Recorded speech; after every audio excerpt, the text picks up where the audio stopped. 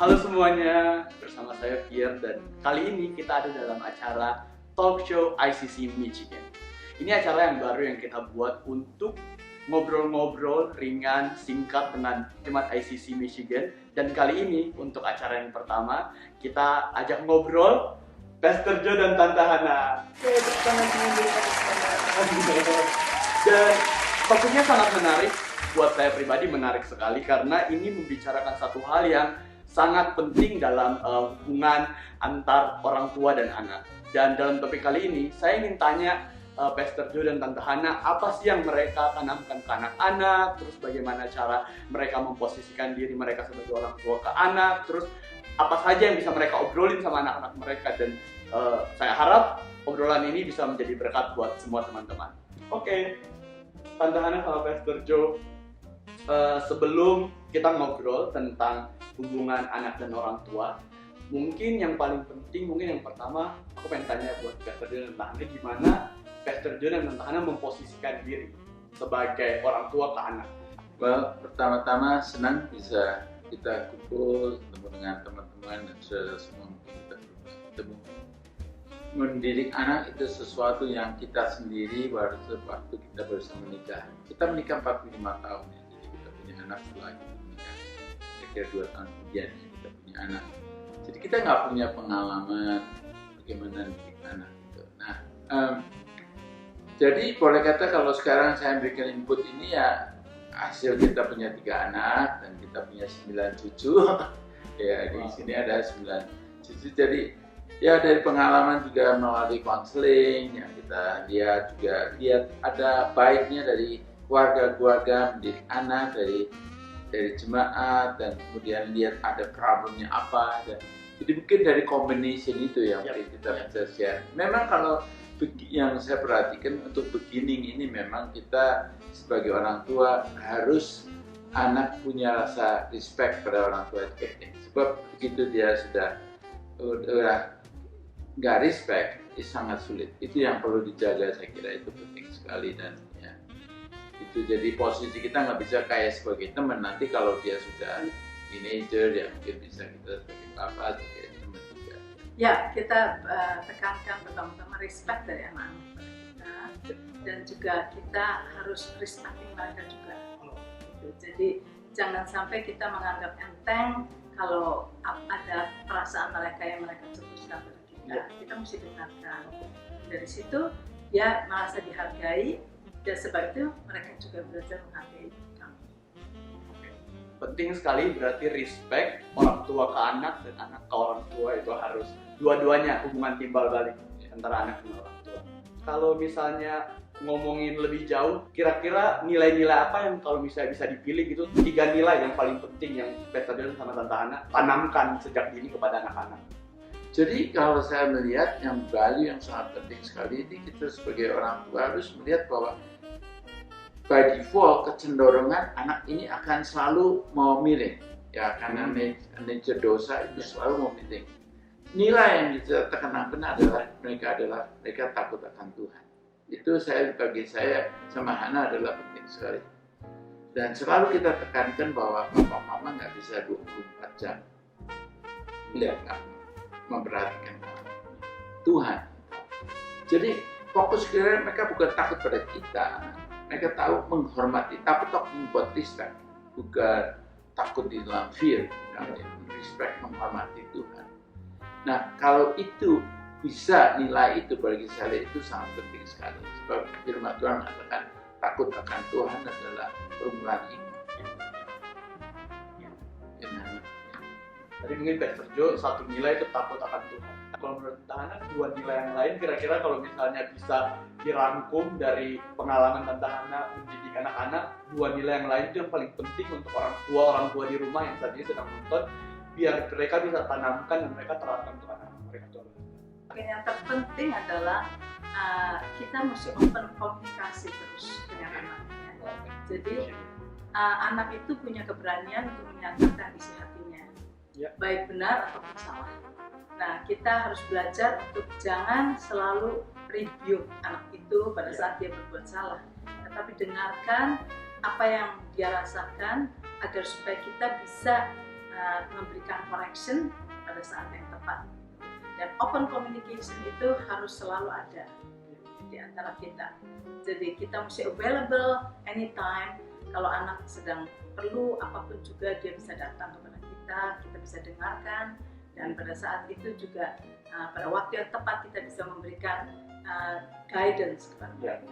Ya itu yang saya lihat, komunikasi itu perlu. Jangan sampai komunikasi itu terputus antara anak dan orang tua.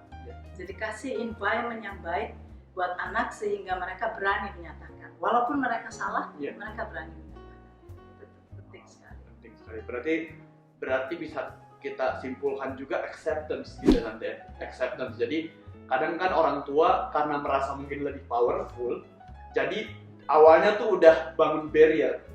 Karena bangun barrier, jadi anak mau ngobrol juga jadinya nggak mau. Dia akhirnya pergi ke pergaulan dia di luar sama teman-teman, sama siapa yang di luar. Akhirnya dia ngobrol sama mereka. Itu yang jadi mungkin anak-anak jadi berontak atau anak-anak jadi keras kepala dan nggak mau dengar-dengaran sama orang tua. Jadi penting sekali acceptance atau open communication antara orang tua dan anak. Juga saya juga lihat itu kita misalnya sebagai bapak, kita harus lagi mikirin mengenai anak itu, sebab anak-anak kita unik. Iya. Kalau misalnya saya dulu senang main sepak bola, saya nggak bisa paksain anak saya main sepak bola. Kalau dia senangnya main piano atau art, itu kita harus bimbing dia di mana. Sebab banyak orang tua yang anak-anak sakit hati itu karena dipaksain. Orang tuanya yang sebagai dokter dia maksain anaknya harus sekolah jadi dokter. Sampai saya pernah konseling, mereka ribut sekali antara itu karena orang tua menginginkan apa yang orang tua inginkan, bukan melihat sebenarnya apa sih bakat. Kepekaan itu kepekaan bisa dia. Oke, tadi menarik tentang Hana ngomong ya, availability. Orang tua tuh harus ada untuk anaknya. Cuman kan sekarang dalam dunia yang semakin sibuk, semakin banyak kegiatan di sana sini. Karena kan orang tua kerja juga sampai lupa waktu, mungkin sampai malam, sampai pulang ke rumah anak udah tidur, atau misal pergi ke kantor anak belum bangun. Itu gimana Tante untuk mengakali? Jadi orang tua juga tetap bisa bekerja, namun dia juga bisa available untuk anak-anaknya. Ya kita mesti mempunyai keputusan ya, apa yang terpenting di dalam hidup kita. Saya melihat bahwa ada pekerjaan, ada kesibukan rumah tangga, ada anak, ada macam-macam. Tetapi kita mesti lihat dari semuanya itu mana yang terpenting. Buat saya yang terpenting adalah anak. Karena warisan kita bukannya gedung, bukannya rumah, bukannya kekayaan, tapi anak-anak kita. Kita bisa punya segala macam, tetapi kalau anak kita sesat, semuanya hancur. Tidak ada gunanya karena warisan kita itu anak. Dan kita harus tahu bahwa yang anak-anak itu adalah Tuhan titipkan kepada kita. Jadi kita bertanggung jawab dengan anak-anak kita. Jadi itu kita harus available selalu untuk direct kehidupan anak kita dengan di dalam jalan Tuhan, sehingga mereka mempunyai hubungan dengan Tuhan secara pribadi, sehingga mereka bisa tahu direction dari Tuhan. Dan saya percaya bahwa itu semua adalah pilihan setiap orang tua. Mana yang terpenting buat mereka? Apakah bisnis, apakah pekerjaan, apakah anak, apakah apa ya?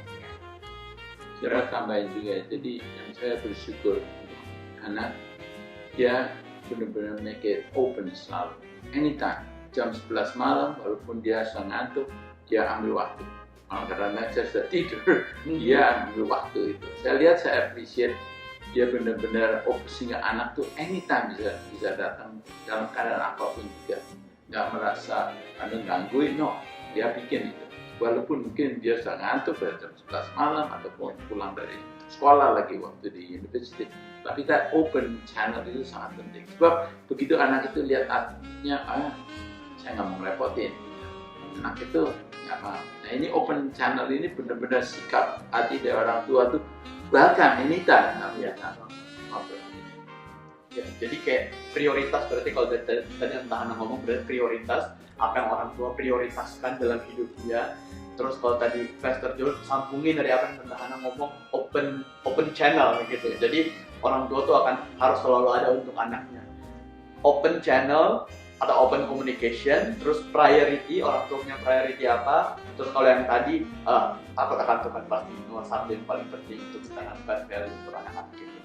semoga yang di rumah bisa melihat apa yang penting untuk diambil dan diterapkan, karena pasti beda-beda kan, setiap rumah tangga tuh pasti beda-beda dalam cara mendidik anak. Mungkin orang tuanya juga dididik sama mama papanya juga dengan cara yang seperti apa yang dia lakukan ke anak-anaknya gitu.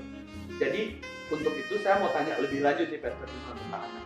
Kalau misalnya dari nilai-nilai yang sudah Pastor Joshua tentang panahkan anak-anak, Pastor Joshua tentang anak lihat nggak sih nilai-nilai itu diturunkan gitu ke cucu-cucu Pastor Joshua tentang anak?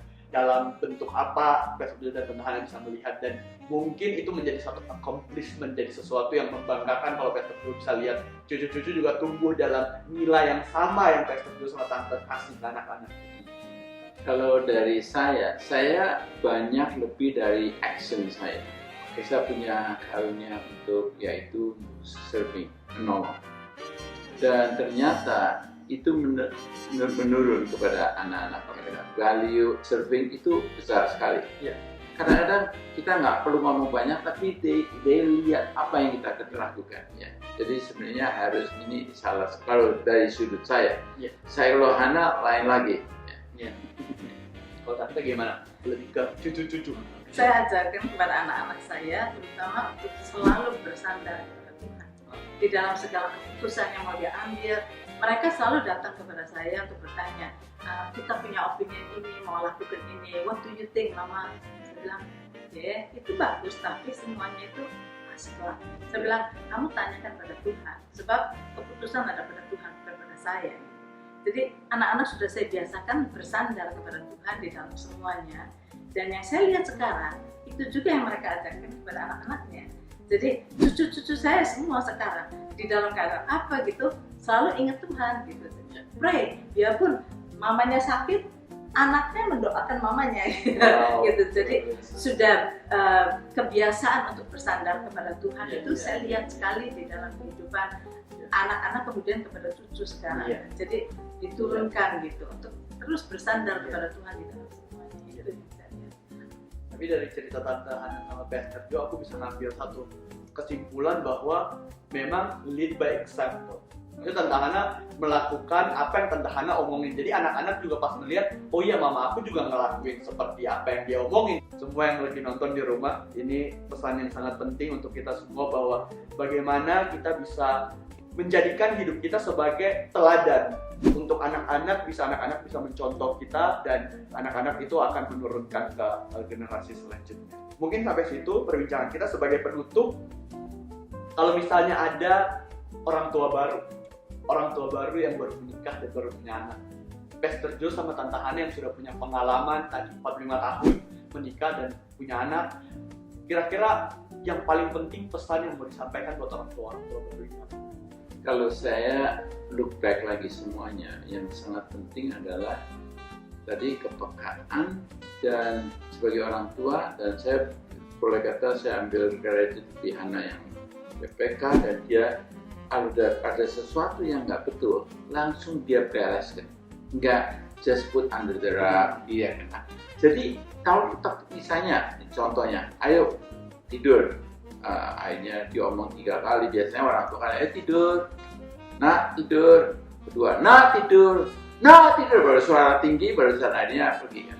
Nah kemudian akhirnya anak itu sudah salah, cara gitu sudah salah. Tapi kedua, anak itu langsung perginya dengan apinya kesel gitu. Nah banyak orang tua tuh dibiarkan aja. Nah Hana enggak. Kalau dia itu langsung, anak itu masih kecil, didudukin di atas meja, anak kan matanya gede, langsung didil. Itu nggak betul. Jadi anak itu benar-benar takut. Sampai sekarang mereka takutnya lihat matanya. Jadi ada yang di fear, ada takutnya itu takut respect. Jadi nggak sembarangan. Nah, di deal with it sampai beres. Jadi ya kan kalau kita lihat matematik, R plus R minus R equal R plus R. Rule plus regulation minus relationship equal rebellion plus resentment. Nah ini saya lihat, menurut saya look back lagi semua itu yang kunci sekali. Jadi kalau orang tua hanya kasih rule, regulasi, nggak ada relationship, nggak ada rasa mesra dan omong anak itu rasanya disayang, akibatnya nanti waktu teenager itu saya sudah lihat di depan mata saya sendiri sama anak banyak dari keluarga yang akhirnya anak jadi rebel sama resign, ada kepahitan dan marah. Itu Kepekaan sama harus dibereskan. Kalau ada apa-apa. Ya.